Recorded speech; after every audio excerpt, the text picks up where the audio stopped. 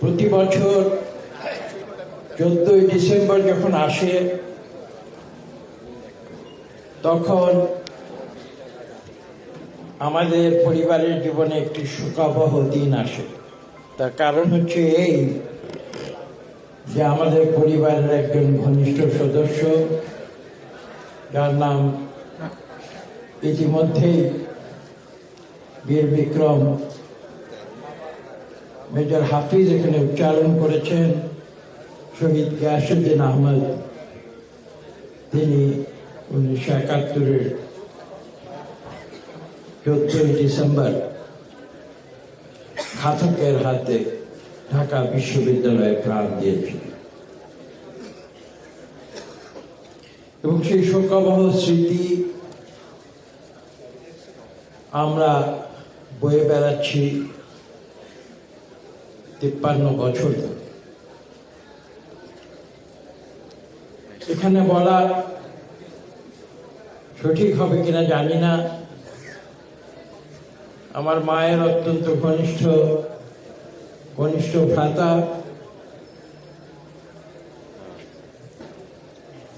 তিনি যতদিন পৃথিবীতে বেঁচে ছিলেন তিনি একটি গানের কলি আমাদের শোনাতেন। আমার মা যখনই 21শে ফেব্রুয়ারি আসে, আপনারা সেই গানটি জানেন, আমার ভাইয়ের রক্তে রাঙানো, আমার মা সেই গানটি উচ্চারণ করতেন প্রতি বছর 14ই ডিসেম্বর। কাজে আজকে আমি আপনাদের সামনে কি বক্তব্য দেব সেটা জানি না। আপনাদের উদ্দেশ্যে শুধু এটুকু বলবো যে পাক হানাদার বাহিনী এবং তাদের দোসর আল বদরেরা যেদিন তারা উপলব্ধি করেছিল যে বাংলাদেশ স্বাধীন হবে, বাংলাদেশের বীর মুক্তিযোদ্ধাদের আর প্রতিহত করা যাবে না, সেদিন তারা একটি ঘৃণ্য সিদ্ধান্ত নিয়েছে। সেই সিদ্ধান্তটি কি? তারা উপলব্ধি করেছিল বাংলাদেশের মানুষ, তৎকালীন পূর্ব পাকিস্তানের যে মুক্তিকামী মানুষ, গণতন্ত্রকামী মানুষ, তাদেরকে যদি ঠেকানো না যায় তাহলে তাদের একটি ক্ষতি তো করে দেয়া যায়। সেই ক্ষতিটি কি? এদেশে যারা বরেণ্য ব্যক্তি রয়েছেন, শিক্ষাবিদ, শিল্পী, সাহিত্যিক, চিকিৎসক, ইঞ্জিনিয়ার এবং সমাজে একটু আগে আপনারা শুনেছেন যাদেরকে ইন্টেলেকচুয়াল বলা হয়, তাদেরকে যদি ধ্বংস করে দেওয়া যায় স্বাধীনতার পূর্ব মুহূর্তে, তাহলে হয়তো এই জাতি স্বাধীন হয়েও কোনোদিন মাথা তুলে দাঁড়াতে পারবে না। এই ঘৃণ্য চক্রান্ত থেকে 14ই আগস্ট সংগঠিত হয়েছিল। আজকে নতুন প্রজন্ম হয়তো সেই ইতিহাস জানে না, তাদেরকে সেই ইতিহাস জানতে হবে। বিশেষ করে জানতে হবে এই কারণে যে আমি কিন্তু বিগত 5ই আগস্ট পূর্ববর্তী সময়ের সঙ্গে সেই 14ই আগস্ট 1971-এর একটি সাদৃশ্য খুঁজে পাই। হ্যাঁ, এবারে হয়তো ইন্টেলেকচুয়াল, আমি যে কথা বলেছি, শিক্ষক, শিল্পী, সঙ্গীতজ্ঞ, ইঞ্জিনিয়ার, ডাক্তার, প্রফেশনাল, তাদেরকে হয়তো সেভাবে টার্গেট করা হয়নি, কিন্তু এবার টার্গেট করা হয়েছিল কাদের? যারা একদিন এই সব পদে যাবে, অর্থাৎ উদীয়মান ছাত্র, তাদেরকে এবার টার্গেট করা হয়েছে। এবং পৃথিবীর ইতিহাসে সম্ভবত স্বল্পতম সময়ে সর্বাধিক সংখ্যক ছাত্রকে হত্যা করা হয়েছিল সেই ফ্যাসিস্ট সরকার যারা আজকে পালিয়ে গিয়েছে। সেদিনের পাকিস্তান হানাদার বাহিনী তারাও কিন্তু আত্মসমর্পণ করেছিল, কিন্তু এখানে বলা প্রয়োজন তাদের দোসর যারা আলবদর, তাদের অধিকাংশ কিন্তু সেদিনও ঠিক একই একইভাবে পালিয়ে গিয়েছে। এখানে উল্লেখ করা প্রয়োজন কিছু কিছু তথ্য। একটি গুরুত্বপূর্ণ তথ্য হচ্ছে 14 ডিসেম্বর 1971 এই হত্যাকাণ্ড যারা সংগঠিত করেছিল তাদের নেতৃত্বে ছিল একজন, যে আজকে ইংল্যান্ডে পলাতক। তাকে শাস্তি দেওয়া হয়েছে, কিন্তু দেশে ফিরিয়ে আনা হয়নি, অথবা দেশে ফিরিয়ে আনার প্রচেষ্টা সফল।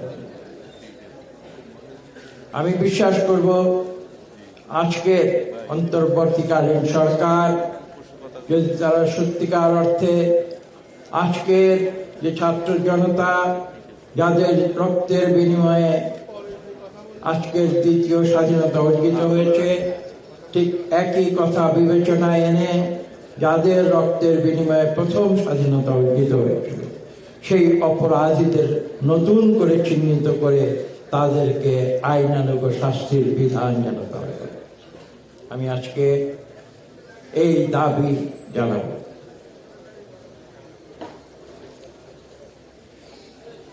তারা বুঝেছিল যে বাংলাদেশ স্বাধীন হয়ে যাবে, 1971 কথা বলছি, ডিসেম্বর 1971, কঠিন সময়।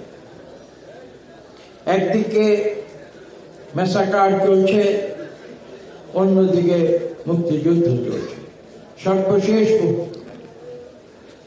আমরা যখন লন্ডনে ছাত্র অবস্থায় ডক্টর মোশাররফ এখানে বসে আছেন, তিনি সেখানে লন্ডনে ছাত্র আন্দোলনের নেতৃত্ব দিয়েছিলেন। আমরা সেখানে ছিলাম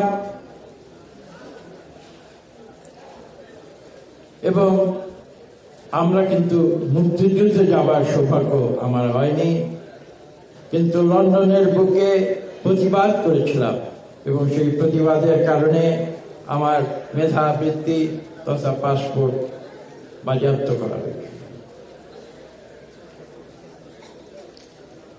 আজকে আমরা সেই পরিস্থিতিতে সেখান থেকে উন্মুখ হয়ে তাকিয়েছিলাম। একটি তথ্য আমরা সেখানে পেয়েছিলাম, সেটি আজকে আমি অতীতে একবার বলেছি, আজকে আমি বলা প্রয়োজন মনে করছি নতুন প্রজন্মের কাছে। তথ্যটি হচ্ছে এই যে আপনারা জানেন সেই ডিসেম্বরের সঙ্গীন মুহূর্তে সেই পাক হানাদার বাহিনী যখন তারা আত্মসমর্পণ করে 16 ডিসেম্বর, সেই আত্মসমর্পণের তারিখটি ছিল কিন্তু 11 অথবা 12 ডিসেম্বর। আমেরিকার যুক্তরাষ্ট্রের যে দলিল 30 বছর পরে প্রকাশিত হয়, সেই দলিলে পরে আমাদের সেই শোনা কথার সত্যতা মিলেছে।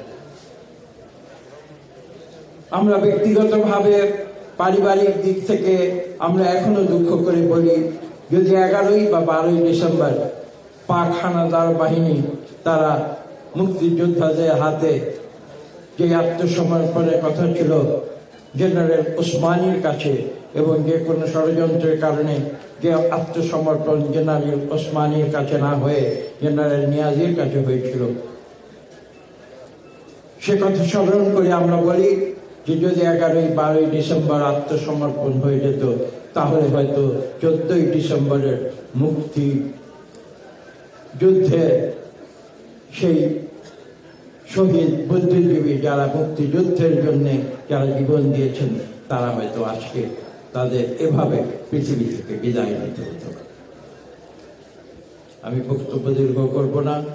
আমি আজকের যে নতুন প্রজন্ম যারা এখানে রয়েছে, আমি তাদের কাছে আবেদন করব, আপনারা যে অভাব সৃষ্টি হয়েছিল বাংলাদেশে, সেই অভাব আজকে হয়তো পূরণ হয়েছে, অথবা প্রফেসর মাহবুবুল্লাহ যে কথা বলেছেন সেই অভাব হয়তো পূরণ হয়নি এ কারণে যে এই বাংলাদেশ স্বাধীন হবার পরবর্তী সরকার তারা কিন্তু সত্যিকার বুদ্ধিজীবী তৈরি করেনি, তারা একদল ছাপোষা বুদ্ধিজীবী তৈরি করেছে।